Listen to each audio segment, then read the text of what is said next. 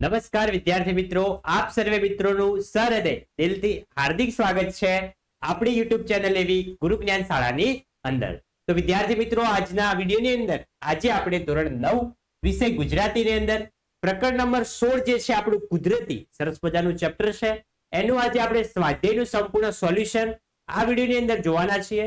તો વિડીયોને તમારે છેલ્લે સુધી સ્કીપ કર્યા વગર પૂરેપૂરો જોવાનો છે. અને હા મિત્રો, જો તમે ચેનલ ઉપર નવા હોય તો ચેનલને અચૂકથી સબસ્ક્રાઇબ કરી દેવાની છે, કારણ કે અમારી આ ચેનલ તમને વધુમાં વધુ આગળ ને આગળ ખૂબ જ ફાયદાકારક રહેવાની છે. અને ધોરણ 9 ના આપણા વોટ્સઅપ ગ્રુપની અંદર પણ જો તમે હજી સુધી ના જોઈન થયા હોય તો વિડીયોના ડિસ્ક્રિપ્શન બોક્સમાં તમને વોટ્સઅપ ગ્રુપની લિંક આપેલી છે, તો ગ્રુપની અંદર પણ ભૂલ્યા વગરથી જોઈન થઈ જજો. પહેલો છે કે પ્રશ્નની નીચે આપેલા વિકલ્પોમાંથી સાચો વિકલ્પ પસંદ કરી એની સામે આપણે ખરાની નિશાની કરવાની. કે બાબુનો મિત્ર દેવલો સ્વર્ગમાં શું બની ગયો હતો? વેરી મોસ્ટ આઈએમપી પ્રશ્ન છે, ખાસી વખત પરીક્ષાની અંદર પૂછાણો છે. તો શું બની ગયો હતો? દેવાંશી અપ્સરા બની ગયો હતો. આગળ જોઈએ બીજો, કે મારો બાળપણનો જીગરજાન દોસ્ત છે બાબુ, એની બહુ યાદ આવે છે, એને તેડાવ. આ વાક્ય કોણ બોલે છે અને કોને કહે છે? તો આ વાક્ય પોતે દેવલો બોલતો હોય છે અને ઇન્દ્રરાજને કહે છે. દેવલો સ્વર્ગમાં જઈને બોલતો હોય છે પોતો, અને કોને કહેતો હોય છે? તો સ્વર્ગના રાજા જે છે ઇન્દ્રરાજ એમને કહેતો હોય છે. આગળ જઈએ. આગળ છે ત્રીજો, કે સ્વર્ગના નિયમ મુજબ કયું કાર્ય પુણ્ય ગણાય છે? સ્વર્ગના નિયમ મુજબ કયું કાર્ય પુણ્ય ગણાય? તેની અંદર આવશે ઓપ્શન નંબર સી, કે કુદરતી રીતે સહજતાથી થયેલું સત્કાર્ય એ મિત્રો શું ગણાય છે? એ મિત્રો પુણ્ય ગણાતું હોય છે. આગળ જઈએ આપણે. આગળ છે ચોથો, કે બાબુનું કયું પુણ્ય કર્મ તેને સ્વર્ગમાં લઈ ગયું? તો બાબુ જ્યારે પેશાબ કરતા બે ડગ ખસીને એક કીડીને મરતા બચાવી, આ એનું પુણ્ય કાર્ય હતું, એ એને ક્યાં લઈ ગયું? એ એને સ્વર્ગમાં લઈ ગયું. આગળ જોઈએ. આગળ છે બીજો, કે નીચેના પ્રશ્નના 2-3 વાક્યની અંદર જવાબ લખવાના છે આપણે. 2 માર્ક્સના પ્રશ્ન છે, 2 માર્ક્સમાં પૂછાય છે. કે દેવલાએ બાબુ સાથેની દોસ્તીને કેવી રીતે નિભાવી એ તમારા શબ્દની અંદર લખો. તો દેવલાના નાચ ગાનથી પ્રસન્ન થયેલા ઇન્દ્રરાજાએ દેવલાને વરદાન માંગવા કહ્યું.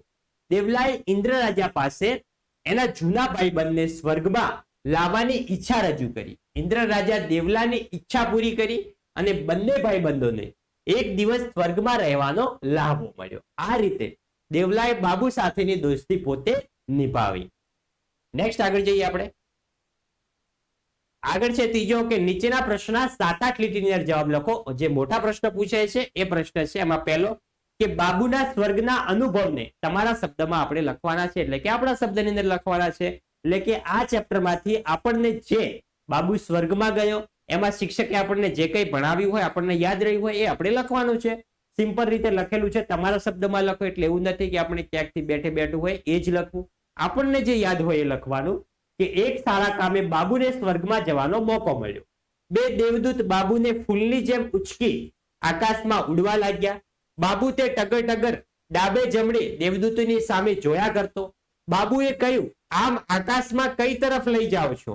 એક દેવદૂતે કહ્યું કે સ્વર્ગમાં ટાઢા બોળ વાદળમાંથી સર ઊંચે ને ઊંચે અમે ઉડતા રહ્યા. બાબુને 2-4 છીંકો પણ આવી ગઈ. બાબુ સ્વર્ગના બગીચામાં ફર્યો. ત્યાં ભાતના ફૂલો હતા, ફુવારા હતા. બગીચો જોયા બાદ બાબુ મોટા મહેલમાં ગયો. ત્યાં દરબાર ભરાયો હતો. સિંહાસન પર ઇન્દ્રરાજા બિરાજેલા હતા.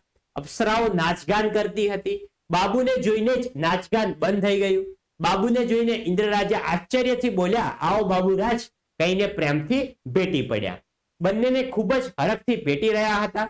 ઇન્દ્રરાજાએ ફરી નાચગાન શરૂ કરવાનું કહ્યું.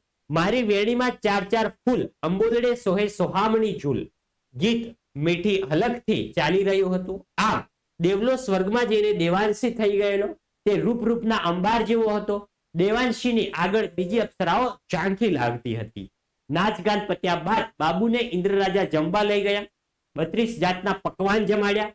બાદ બંગલાના પાન પણ ખવડાવ્યું. અને ત્યારબાદ બાબુને થોડો આરામ કરવા બાદ તેને પૃથ્વીલોકમાં પાછો મોકલી આપવામાં આવ્યો. એટલે કે તેને એક દિવસ માટે ભગવાને પોતે સ્વર્ગલોકમાં બોલાવ્યો. આ મિત્રો ઓરિજિનલ ઘટના નથી. એક મિત્રો આપણો પાઠના આધારે કવિએ એનો મિત્રો જે છે કવિએ વિચાર શક્તિ દ્વારા રજૂ કર્યું છે, ઓરિજિનલ નથી. આ બાબુ એક દિવસ સ્વર્ગનો લહાવો લીધો હતો. તો વિદ્યાર્થી મિત્રો, આ હતું આપણું ધોરણ 9 નું જે આપણું 16મું ચેપ્ટર છે કુદરતી, એનું સ્વાધ્યાયનું સંપૂર્ણ સોલ્યુશન.